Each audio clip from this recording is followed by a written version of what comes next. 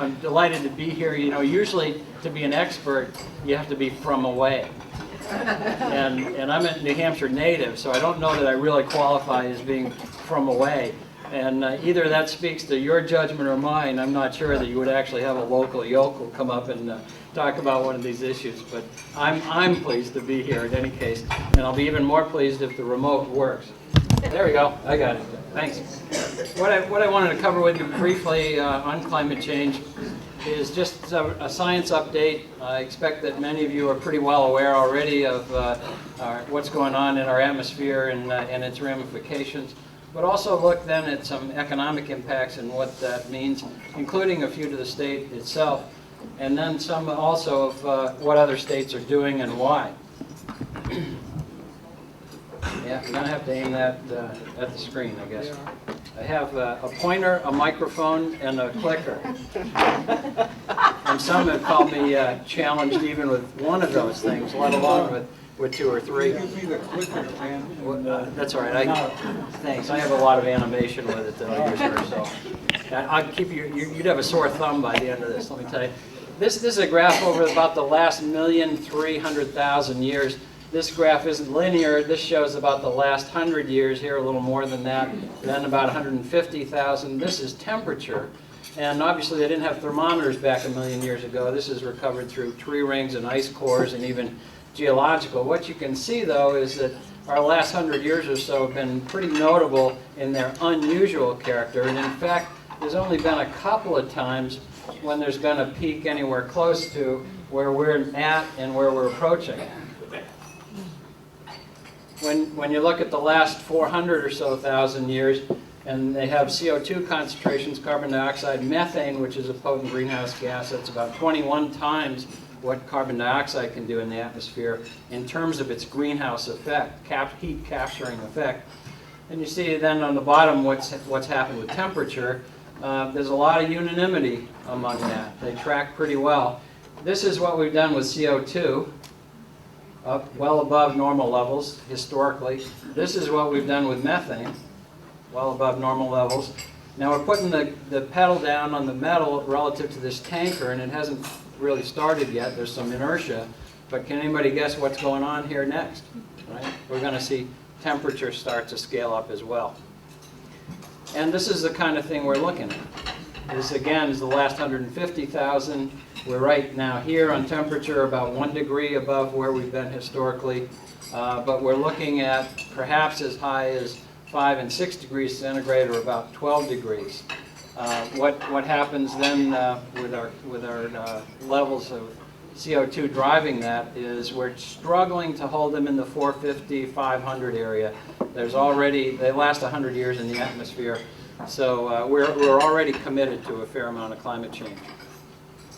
Well, these are only models. Whoops. All right. Well, that egg chart was just an illustration that every time there's been a complaint about a model inadequacy, they've added another module to it to improve it, just like any other model, scientifically or financially. Until now, they're really pretty quite accurate. When you look at this red line, which is observations of temperature, and the gray line behind it, which is what the model shows for natural only, that isn't a very good record. When you look at what man-made is only, well, it's better, but it's not great. When you combine natural and man-made, that's pretty close. So we're honing right in on the ability, no longer is it the case that models are really hindering us in terms of what's going on. Well, of course, we don't really need models to see what's going on with the climate. These are before and after pictures on the order of 100 years ago for several glaciers around the world. And you can see the pictures aren't pretty in terms of these indicators of temperature increase.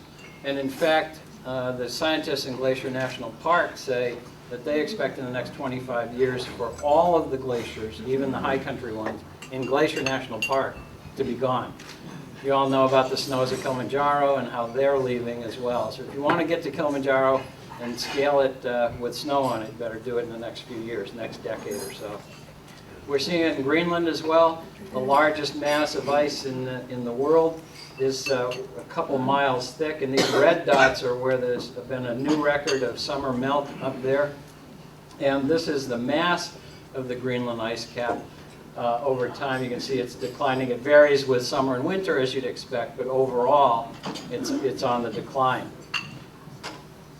In terms of what this means for species, is we're marching forward at about a rate of 35 miles a decade, moving south to north. You know, that which was at Miami now is in Atlanta, that kind of march north. And likewise in elevation. So what used to be above tree line will no longer be. The trees will grow up there as a result of these changes. But the species can only move on average about 4 miles a year. The animals can obviously cruise, but the trees can only seed themselves so rapidly ahead. That march is going to accelerate, of course, as that tanker starts to come out of the inertia and crank up on its velocity. So many species are literally going to be run off the face of the earth. There's a few iconic ones like polar bears, but there are Arctic fox and snowy owls and so forth as well. Where are they going to go? You know, they can't just go further north. Those guys are already up there. What it means to us here in New Hampshire is that under a low emissions scenario, you know, where we manage to hold at 450 or 500 parts per million of carbon dioxide, Conway's going to move to, say, Hartford or maybe New York City. Under a high emission scenario, if we don't get our ducks lined up and our act in order here, Conway's going to move to Washington or perhaps Raleigh-Durham. You know, I don't know about you, but I still live here, even though I was born here. I still live here because I want to stay in New Hampshire. If I want to live in New York, if I want to live in Raleigh, I would live in Raleigh. I don't. I want to stay in New Hampshire. More on species migration. This is our status quo now. This is under the two best models in the world, the Hadley model out of the UK and the Canadian model, for what happens in the next century. It's interesting, isn't it, that there's not a US model there? Sad story. This is Maple Beach birch, the red area. That's our, you might as well be looking at our foliage economy. And it's not so prevalent under those scenarios. What happens, hello, there we go. What happens to our paper industry? Maybe we become North Carolina there too and start in oak and hickory in a furniture industry. What happens to maple sugar? Well, many of you already know that's already 80% in Canada at this point. What happens to foliage, I mentioned? What about the hook and bullet crowd, right? Trout are here because of cold water. We won't have cold water anymore, so maybe we'll be doing catfish in this neck of the woods. God forbid. And what about skiing and snowmobiling? Big parts of our economy, particularly in the winter. Well, let's look at that. This is recent history, average winter temperatures in the Northeast. You can see there's been quite an incline over the last century, but particularly most recently, as this tanker starts to accelerate, there's been quite a curve increasing. And what happens, of course, is that more precipitation falls as rain rather than snow, and what snow does fall gets melted faster, so the snowpack goes quicker. And there's a lot of associated impacts with that. More rain and snow falls at once, so it doesn't sink in or seep in and thus meet our natural and agricultural needs anywhere near as well. And we can see that happening in our own data record here. This is average snowfall in the northern three states over the last 50 years, and there's been about a 13-inch decrease, about a 14%, 15% decline over that period. I'm not telling those of you in the ski industry anything. You've seen it. In fact, you've made investments in snowmaking equipment as a result. I understand from some conversations as we were starting up the meeting that Loon and was it Wildcat? Cannon were supposed to open, and this weekend, no such luck. And Attitash has already put, what, $50,000 worth of snow on the ground, which is no more. You know, this is no way to stay in business. And indeed, that's been a problem too. This is some data on, since the 30s on ski areas. This dotted line up here is just ski areas with no chairlifts, so you wouldn't expect those to survive. But look what's even happened to the ski areas with chairlifts since 1975. We're on the decline. You all know those areas as well.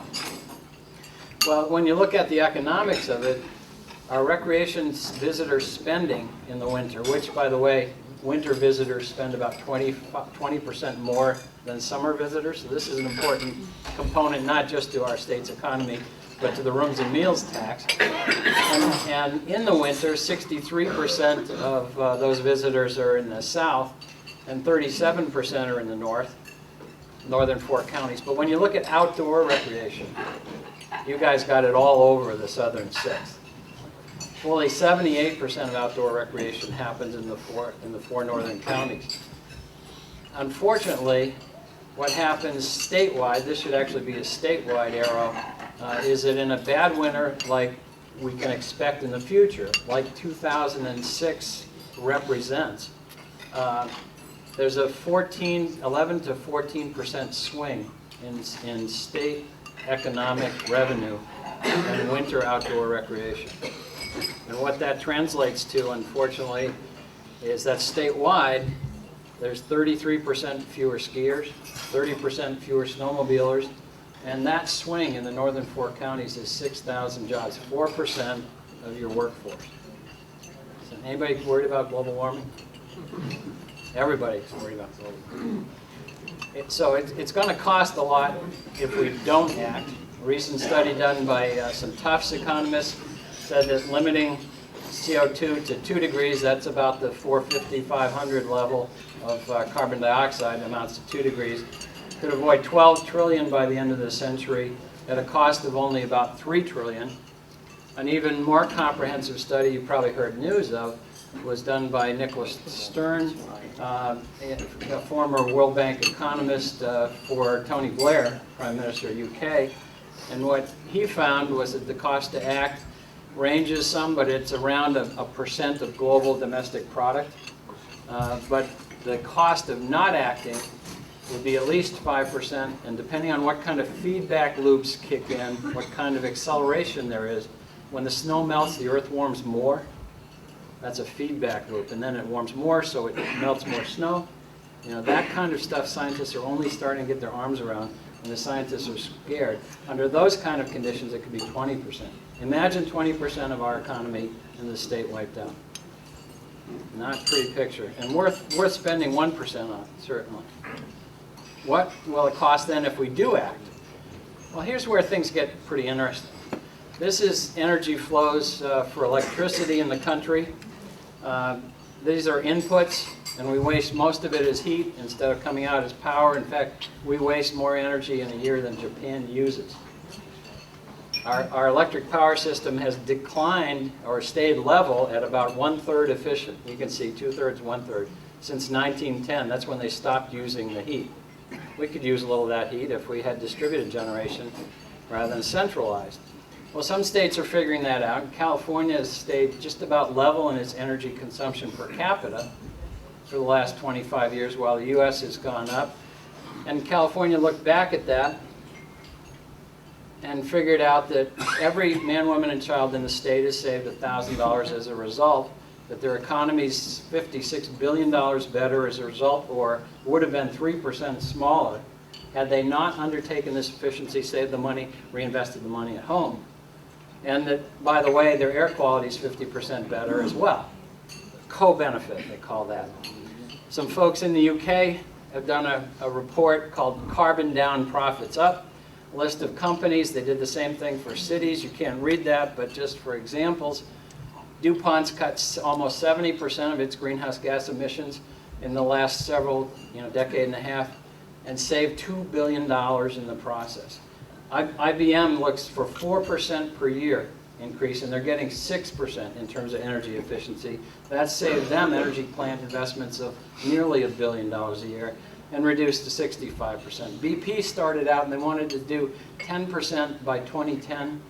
They made it by 2001, actually exceeded it, and saved $650 million in the process.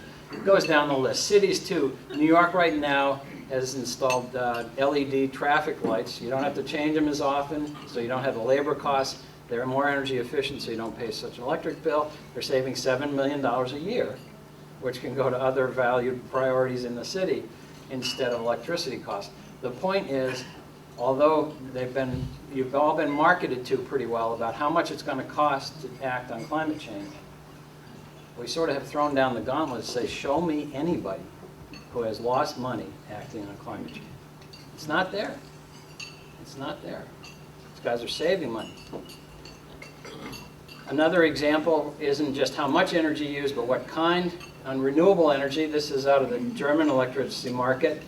There's 1,000 jobs associated with nuclear power per unit share, per percent of market share of their electricity grid. 3,000 jobs in the coal side, centralized generation, but 12,000 jobs in wind. Because you got guys designing those things, manufacturing them, installing them, maintaining them, instead of one big chunk of capital sitting there with 30 guys around.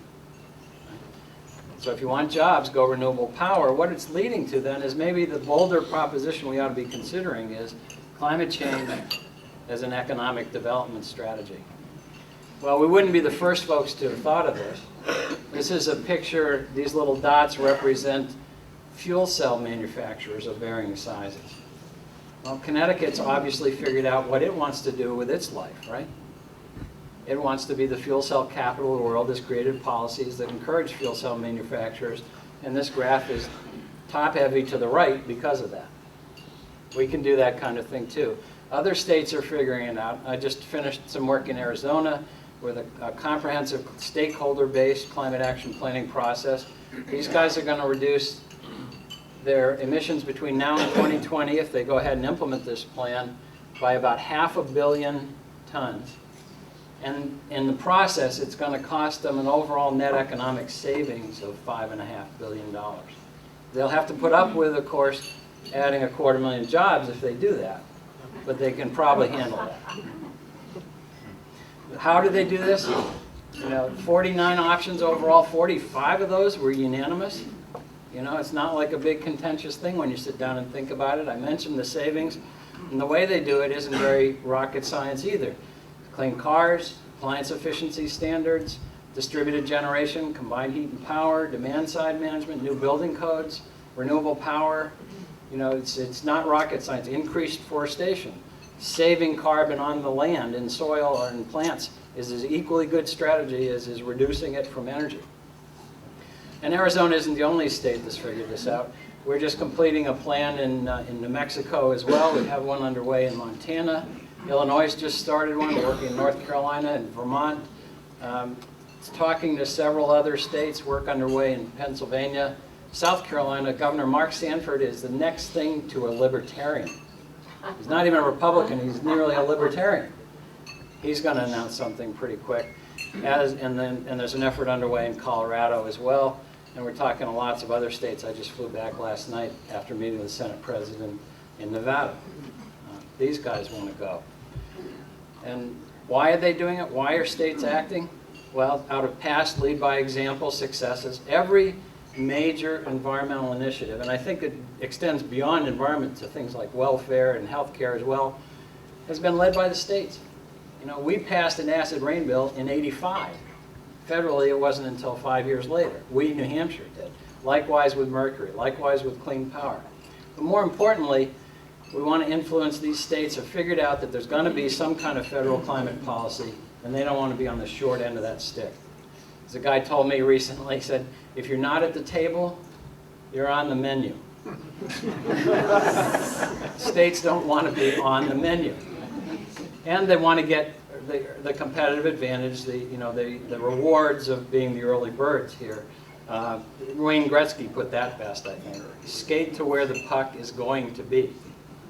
That's what he tried to do. Well, the writing's pretty clear on the wall here. We can do some skating to figure out where it's going to be. The way I try to draw this all together, I guess, is when I look at economic efficiency with higher and lower, and time, where we want to go to is sustainability, whatever that is, however you define it, wherever it lies. And we're at a decision point. We can either pick a path that is more energy efficient, more renewables, cleaner in general, more carbon sequestration in our agriculture and forestry, better use of those resources as well.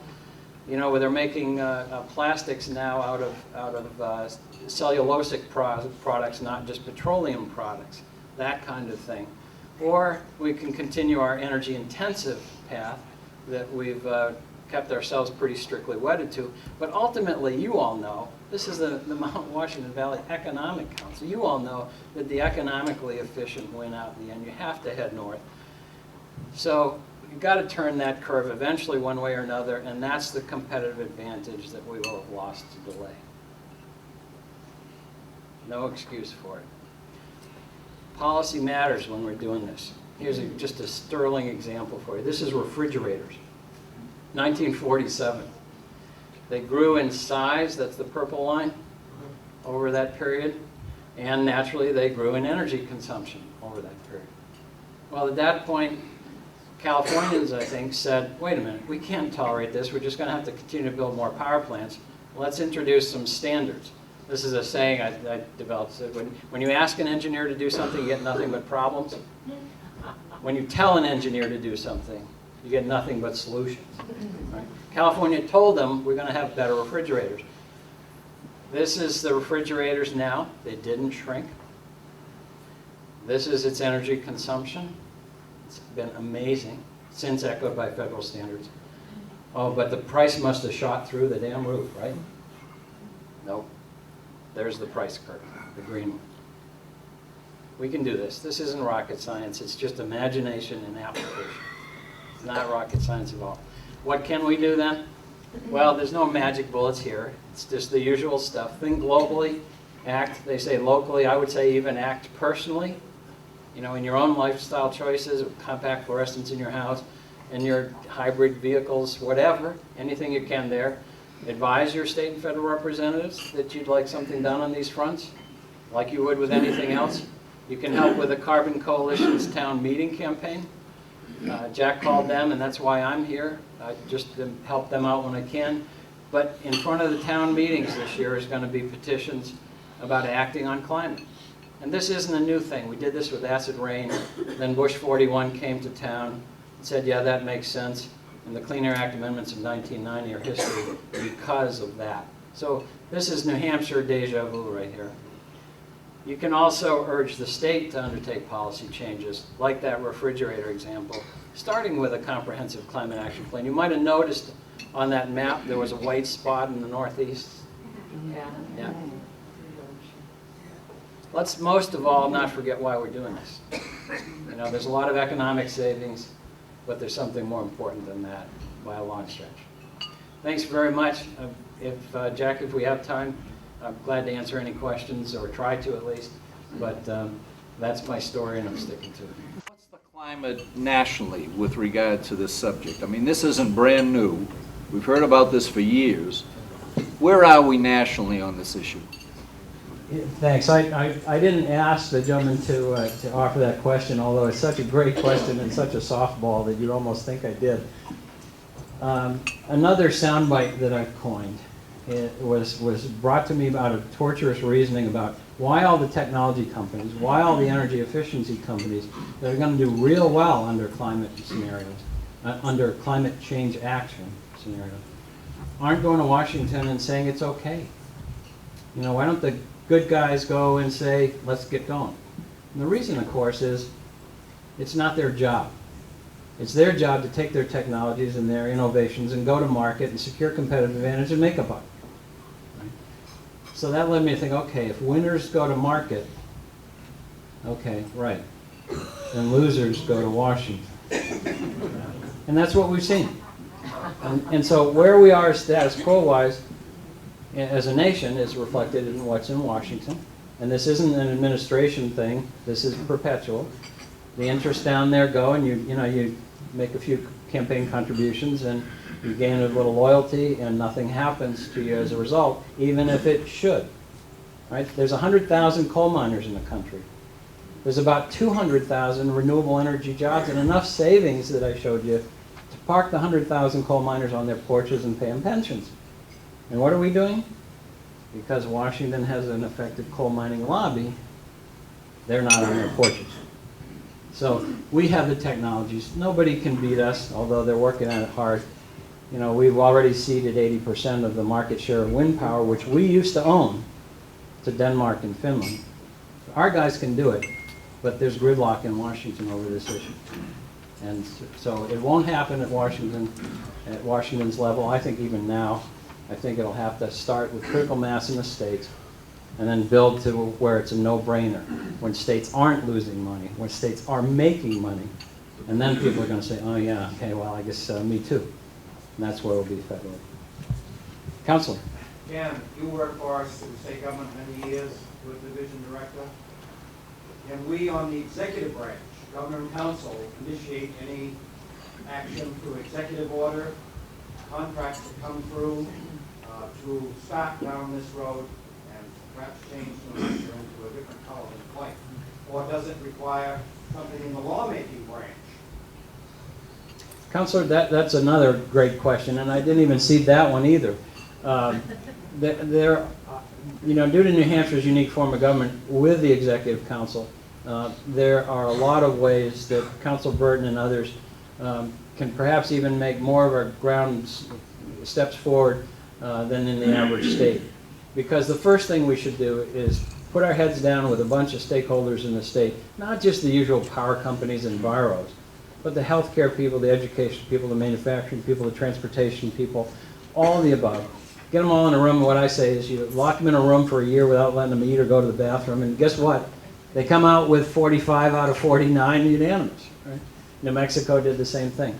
I think the Executive Council could insist on moving forward in that direction. I know you can't originate, but boy, you have the power to nudge big time.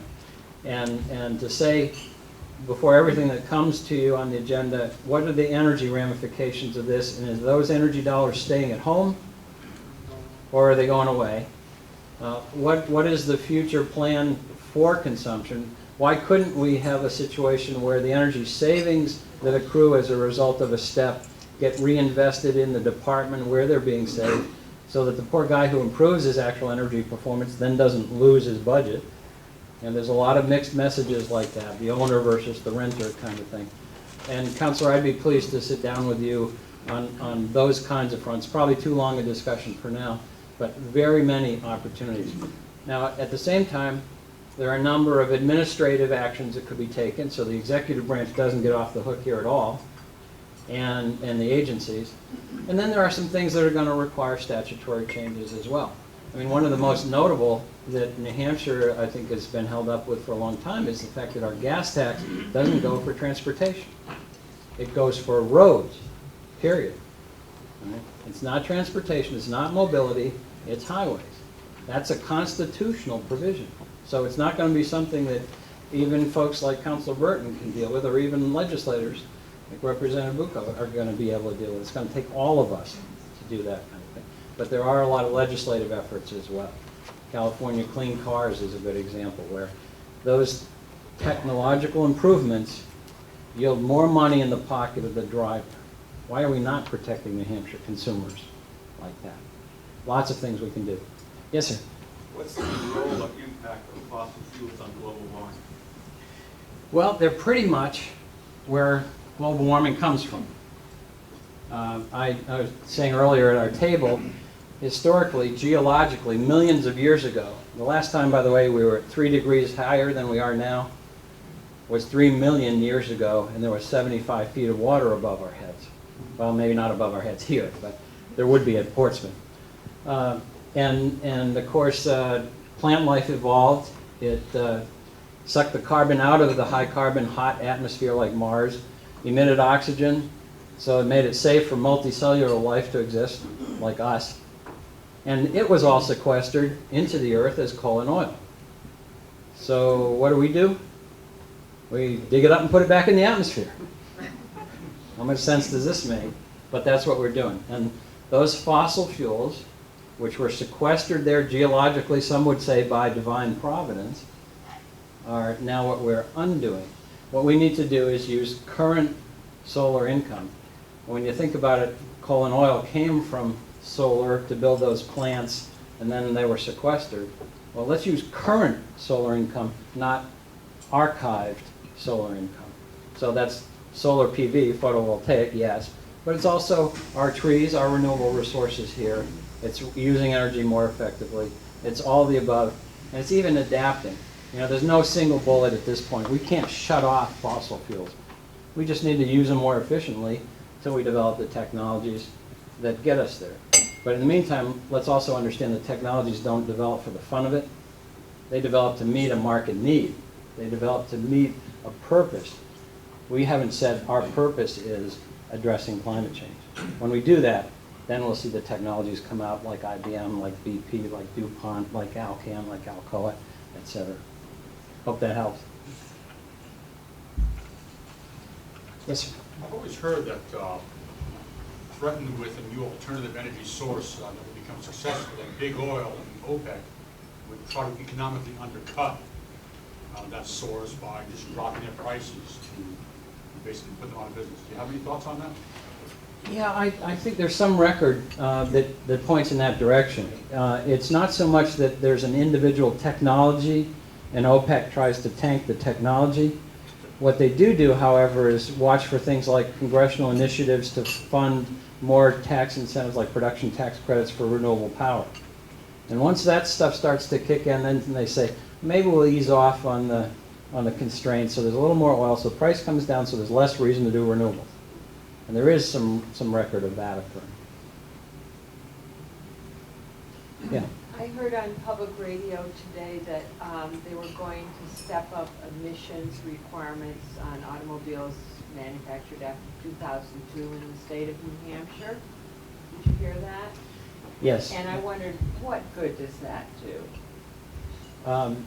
Actually, that's a program that is really just testing for traditional pollutants, the things you don't want to be breathing, but they aren't really helpful necessarily for climate change.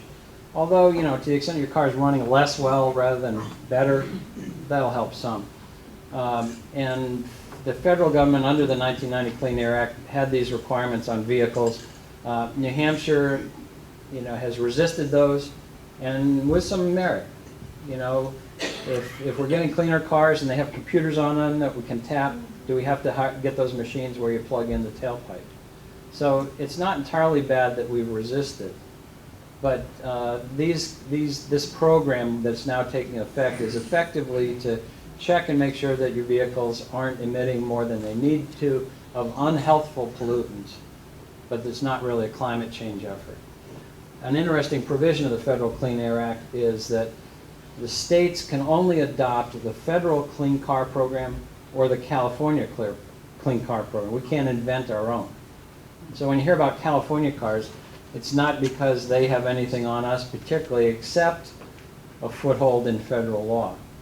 And even though we like to refer to them as the land of fruits and nuts, and some say the fruits are evaporating or are leaving mostly nuts, one thing they have done right is clean cars.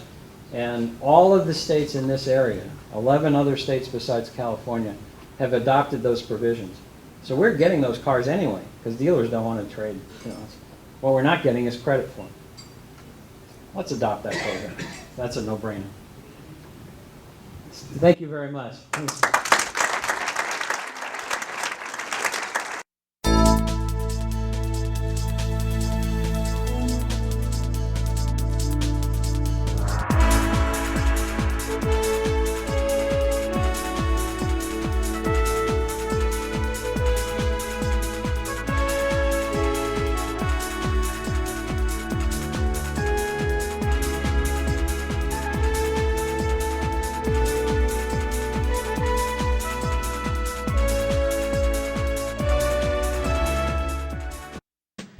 You're watching Local Focus Community 3 TV, televising your hometown events and activities exclusively.